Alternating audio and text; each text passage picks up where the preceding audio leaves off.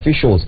Now, what is the biggest county scam on record? The Kilifi County Assembly team investigating theft of more than 1 billion shillings of public funds intends to expand investigations to Central Bank of Kenya. 1 billion shillings from one county. That is the problem. Why this thing is not on the headline, I am not sure. We don't understand. Why I've not seen it in the Standard newspaper, I am not sure. You know, this type of coverage is what, we kept observed it with Halwale and Mutula Kilonzo Jr. If it is bad for Jubilee, it is bad for court. Corruption is bad for everybody. We want to see outrage from our colleagues in the court coalition. We are putting Governor Kingi on the spot on this one. We are asking for the mass resignation, and we are asking for the EACC to take charge on this matter so that people are prosecuted with immediate effect. This scam is actually as clear as crystal clear. The monies was siphoned. IFMIS was corrupted, and it's mind-boggling. I do not think a corruption of this magnitude can go without the full cognizance of a governor. It can only be equated to what is happening at NYS. And do you know, with this, on page 5, I want to appeal to the media in Limuri. Join us in fighting corruption. This should have been the front page story on all the papers. The front page, the first story. I hope it's on the Coast edition. I hope it's the front page. On all the TV edition stations. Has something to do with the Likoni channel and the new. No, that's the Standard. Yes. We have been running headlines on Waiguru and Ruto for 791 million. That is less than a billion. Why is this one not running headlines?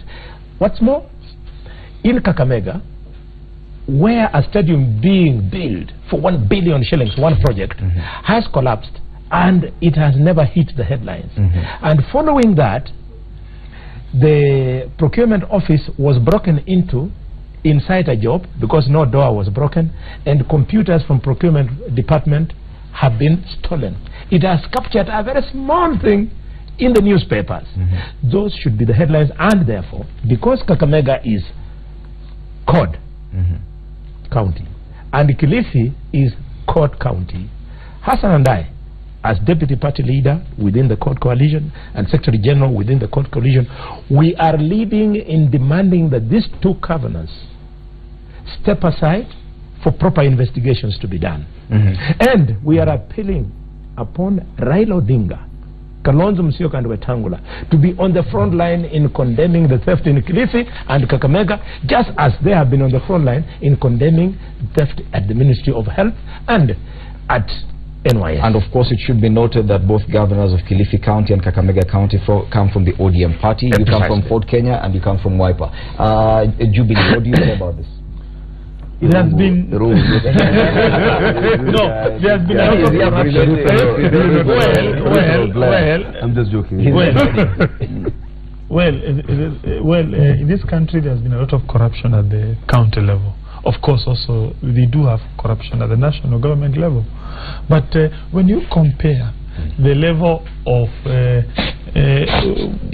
when you compare the level of vigilance in court-controlled counties and in Jubilee-controlled counties, it is not at the same level. And I'm going to give you an example. How many governors have been brought before the Senate? 5. Through impeachment. There are 5. Name them: Murang'a County, Jubilee; Nyeri County, Jubilee; Kericho, Jubilee; Embu County, Jubilee. Where else? Murang'a. No, there are 4. There are 5. 5 is the second one was deputy governor. No, we are talking of governors. 5, 4. So my point is, at least on the part of Jubilee, the MCAs from those regions, they have made an attempt. As to whether it has been successful at the Senate level, that's another story. But at least there has been an attempt. And by doing that, there has been a high level of awareness. I would imagine even those people who have been brought there, going forward, they have now most likely have done a better job, going for all factors remaining constant. Because it appears their MCAs are looking at them. They have been let me say, exposed in public. So all factors remaining constant, there has been an effort on the part of Jubilee to rein on their government. You are very reluctant in pursuing. That I can tell Rungu Kangata. On that score, he's right. I mean, you know, you look at counties like Mombasa. The entire MCA is just a compliant bunch of individuals who you know, they're extremely. Can I then maybe complete my point? Okay. When you compare now with CORD, look here, this is a 1 billion scandal. 1.8 billion shillings. Yes. We do not have a report yet from the MCs, although I can see there is an investigation. But I would wish such kind of an investigation crystallizes into an impeachment. You know what happened? In Mombasa, nothing has been done. We have had several scandals. In your county, Kakamega, as you said, nothing. And by the way, there are reports. These court governors are getting this money and using it to support their political parties. I do not know whether it is true or not. But if at all it is true, it is wrong. An action should be taken against those governors, and CORD, you people from CORD, ensure your governors are accountable. Otherwise, you will not have credibility. For you to say, no, electors, we assume political power at the national level, we do things differently. You lack credibility as CORD. Senator, what happens? Like every corruption, there's usually a whistleblower. This was the work of a whistleblower.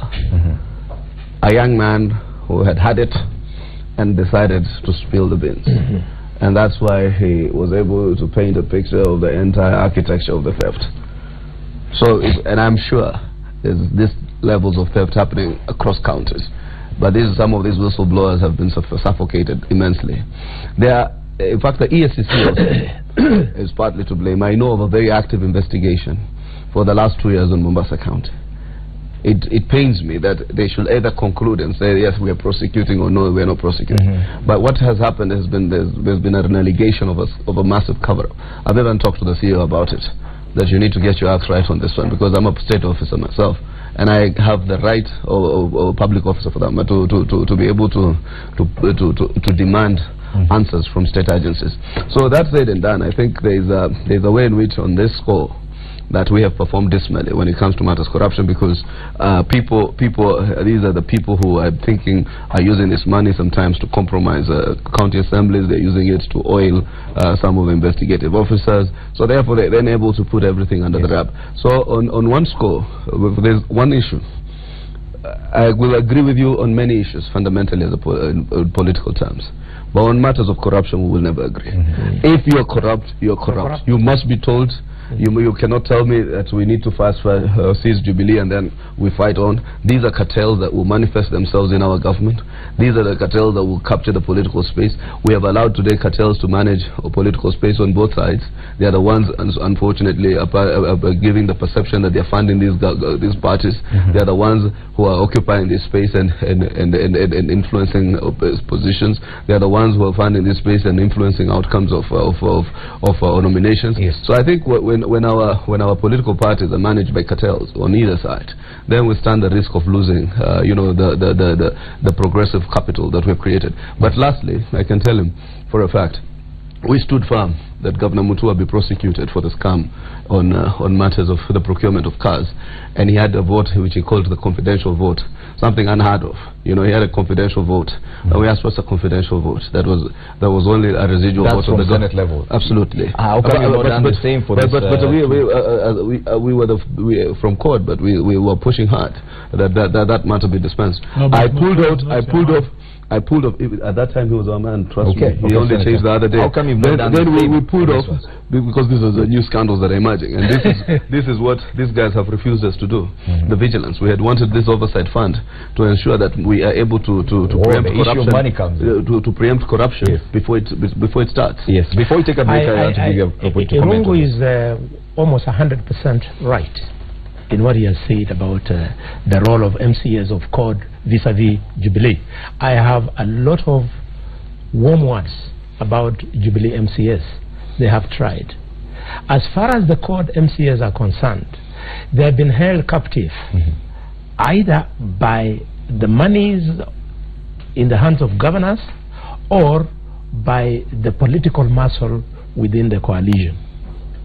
Obvious cases like the one of Kilifi and Kakamega and others would long have brought those governors to the Senate for impeachment.